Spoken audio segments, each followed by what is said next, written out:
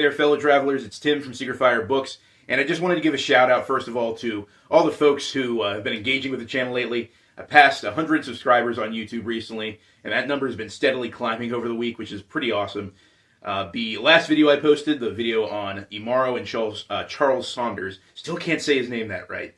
Charles Saunders. That video has been getting a lot of attention. It's the first video on the channel to get over 1,000 views, and that number has also been steadily growing. So I just wanted to say, how thankful I am for all you guys, everyone who's been checking out the videos on the channel recently. This is a hobby for me. I never expected this channel to really reach that many people. I just wanted to kind of make a video log of all the stuff I've been reading, and also just show off some of my books to folks online. Never meant to reach that many people, so it's been pretty awesome to see all the engagement recently. So I just wanted to say how grateful I am for all you guys. If you're subscribed to the channel, thank you so much. Please stay tuned. There's going to be lots of stuff that I'm planning for the future. And if you're not subscribed yet, please consider doing so. It's going to be fun. But I've been in such a good mood lately that I thought I would just make this goofy little video, something a little more lighthearted to just kind of gush about some of my favorite books. And one of my favorite books of all time happens to be J.R.R. Tolkien's The Lord of the Rings. Not an entirely original opinion to have for someone who reads as much fantasy as I do, but there it is. It's a classic. It's a lot of people's favorite book, I know, but it's still my favorite book. And the thing is, I have quite a few copies of The Lord of the Rings and The Hobbit. I'm always on the lookout for new editions and new printings, and so I've collected quite a few over the years. Probably too many probably more than I should, but that's the way it is. I'm a collector. And so I figured I'd show off basically every copy of The Hobbit or The Lord of the Rings in my collection, just to gush about them and talk about the cover art and whatnot. And we're not going to really go in any particular order, but the first ones I wanted to show off were these old Ballantine paperback editions of The Lord of the Rings. These were originally printed in the 1960s and then were reprinted in the mid-70s. This is the second printing I have right here. And they're very beat up, very weather-worn, a little bit of water damage on Return of the King especially. But I really like them a lot, mainly because they feature art by the author himself. A lot of people like to forget that Tolkien was a very accomplished, self-taught artist, and he did quite a few illustrations for his own books. And so on that version of Fellowship, we have his rendition of Hobbiton in the Shire. And if at any point I can't focus the camera and my hand goes a little unsteady, I will throw up pictures on screen so you can check those out. But then on the Two Towers, we have his version of Fangorn Forest. Got a chunk of the cover torn out, unfortunately. That is not my fault. That happened in shipping when I bought these. But otherwise, it's in fairly okay condition despite the scuffs and wear and whatnot. And then on Return of the King, we have the walls of Barad-dûr looking very ominous. And these editions also have this famous picture of Tolkien on the back, who very famously was rarely photographed without holding a pipe. You look up any picture of Tolkien online, he will usually have a pipe in his hand, which is very much like him.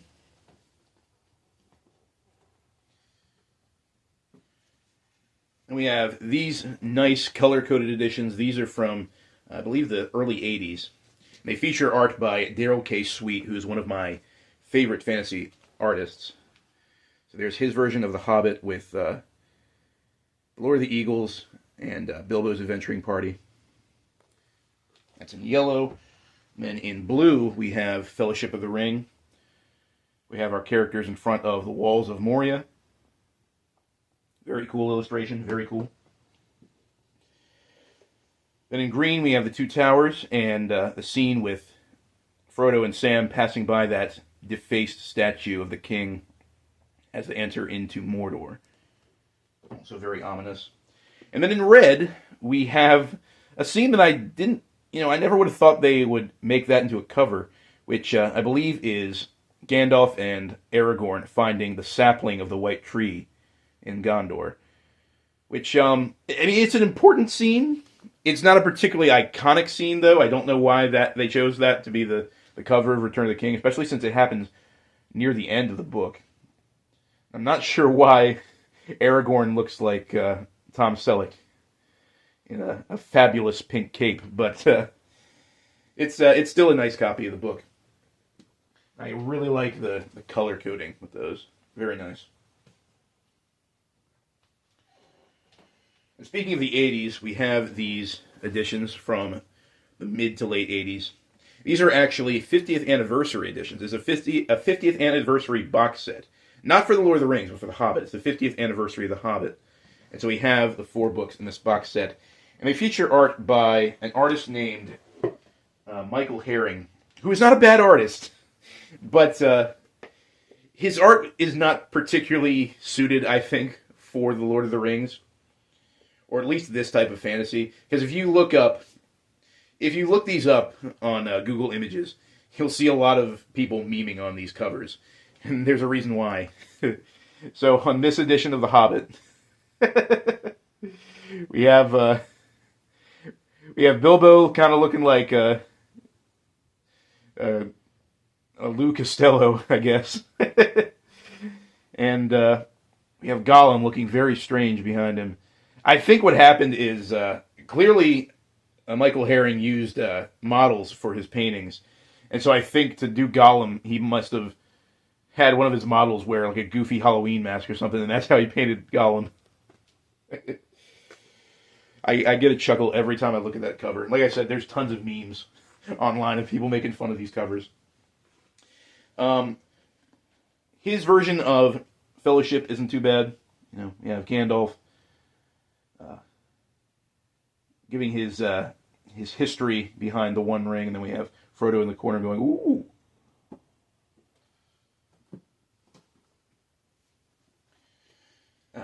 Then my favorite cover from this set. For the Two Towers, we have Legolas and Gimli looking very much like they are. Posing for some kind of 80s sitcom. Or maybe a romantic comedy movie. Oh, I love it. I love it. It's so 80s, and it's so cheesy. And then lastly, we have Return of the King with Aragorn's coronation. Nothing really I can complain about. Aside from the fact that I think Aragorn looks very plain. He kind of looks like Greg from accounting. Nothing particularly heroic about that face, or that jawline, I guess. But it's a nicely painted cover. These were originally printed, I believe, in a color code as well. They were color coded as well. I believe it was red for Fellowship, green for... No, it was red for Fellowship, blue for Two Towers, green for Return of the King, and then the only one that was in black was The Hobbit, and then they just put them all in black for the 50th anniversary edition. So I eventually will have to track those other versions of those covers down. I mean, here we have something that it's not particularly interesting, aside from the fact that these are some childhood copies of mine. I have since lost my original editions of Lord of the Rings, the ones that I had as a kid. I actually didn't lose them. I gave them away, which I kind of regret. But I bought these in my early teens. These are just some early 2000s film tie-in editions of the Lord of the Rings. And this was the first time I ever owned a copy of Two Towers. I actually didn't own a copy of Two Towers as a kid. I only had Fellowship and Return of the King for some reason. So this was the first full set of the trilogy that I owned. So we have Elijah Wood on the cover of Fellowship. Then we have the late, great Sir Christopher Lee on the cover of Two Towers. And as you can see, the cover of this one is very messed up. The title is completely worn off. And then, of course, we have the man himself, Viggo Mortensen, as Aragorn on the cover of Return of the King. Looking just so heroic. So epic.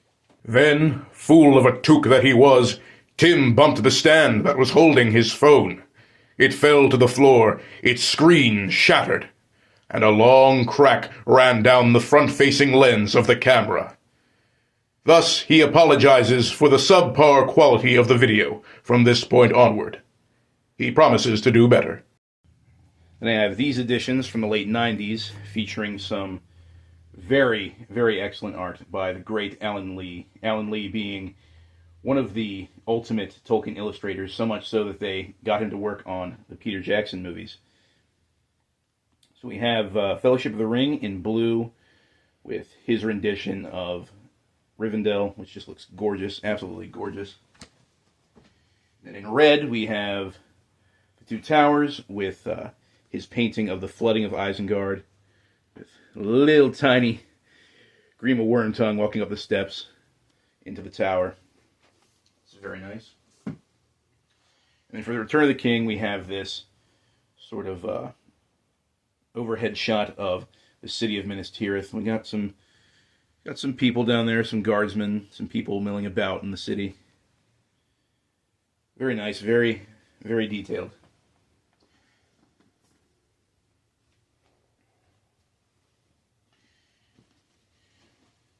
And we have these early 2000s editions with art by Ted Naismith, who, in my opinion, is a very underrated Tolkien artist. He's actually one of my favorite, but everyone talks about John Howe and Alan Lee. They never talk about Ted Naismith, but I think his art is really fantastic. So we have Frodo crossing the fords with the ringwraiths chasing him for Fellowship of the Ring. And in Two Towers, we have Frodo and Sam on the cliffs of Emyn Muil. Very moody, very dark. And then, of course, for Return of the King, we have Pippin and Gandalf riding up to the entrance of Minas Tirith. Very nice. There's some nice wraparound art for these covers. And like I said, Ted Naismith, very underrated Tolkien artist. Love his stuff. And speaking of Ted Naismith, we have this edition of The Hobbit, which it's not all that special. I believe they still print these editions in this livery, but this was the first version of The Hobbit that I ever had as a kid. My mom bought this from me. She bought this for me at a grocery store when I was about 9 years old. And as you can tell from the wear and tear on the edges, I read this thing into ruins. So it has a lot of sentimental value to me. I've held on to it ever since I was 9 years old. Love this book. Will never let it go. And it has some very iconic Ted Naismith art of Gandalf meeting Bilbo at Hobbiton on the front cover. Very nice. And we have another boxed set. This is a more recent box set. These are some pocket-sized editions of The Lord of the Rings and The Hobbit with this sort of faux leather. I believe it's actually some kind of vinyl, but this kind of faux leather covering for the books. They all have the same general livery, just a plain cover with Tolkien's symbol, his initials, on the front cover. But there's The Hobbit. And there's Fellowship in this sort of mustard yellow.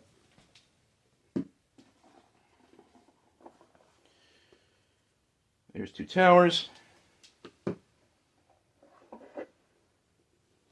And there's Return of the King.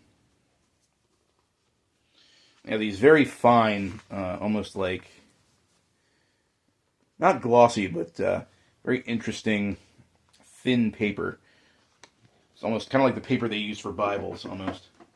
They're nice little pocket editions.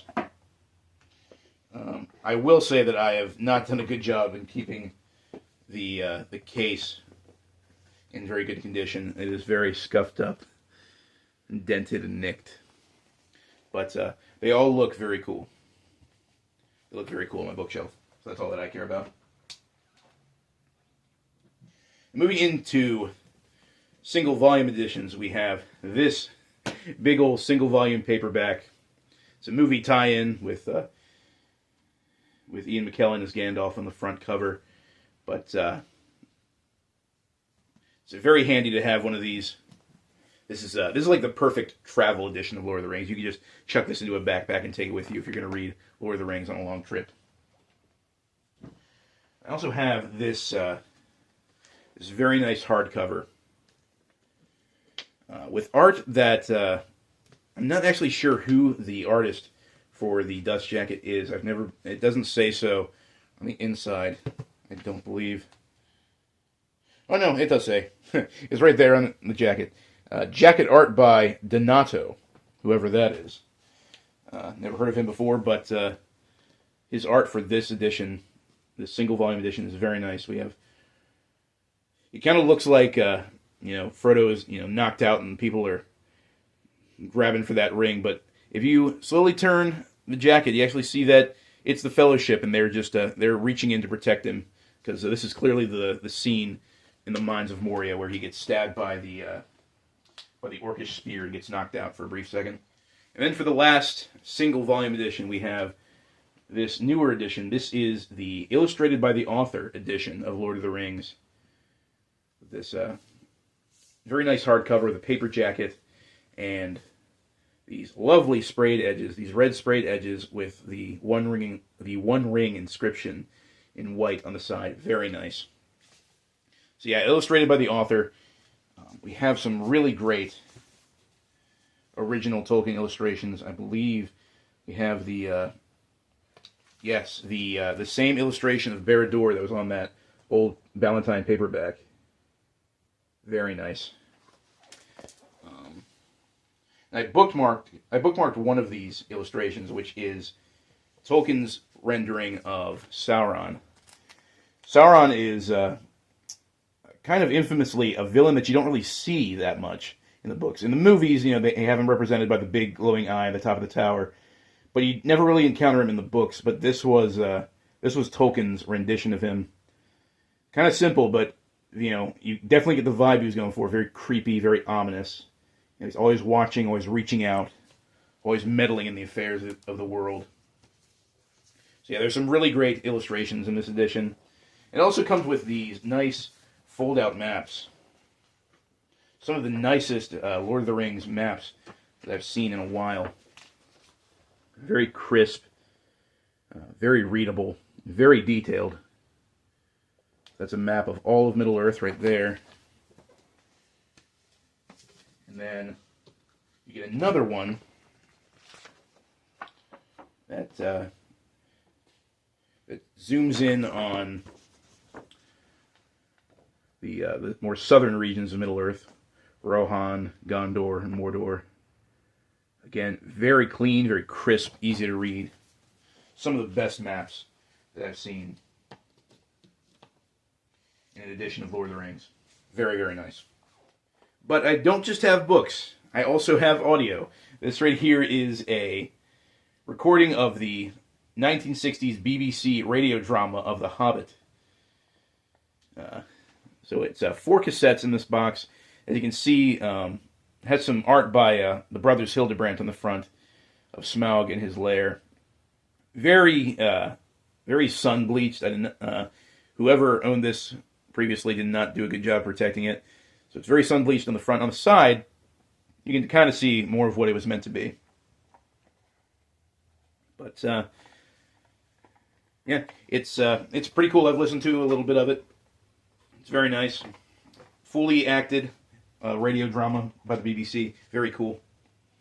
And then I also have this edition of the audio book, or book on tape, if you will, of Fellowship of the Ring, with some more Hildebrandt art on the front, in a sort of wraparound of the Fellowship entering Lothlorien. But the narrator for this is very good.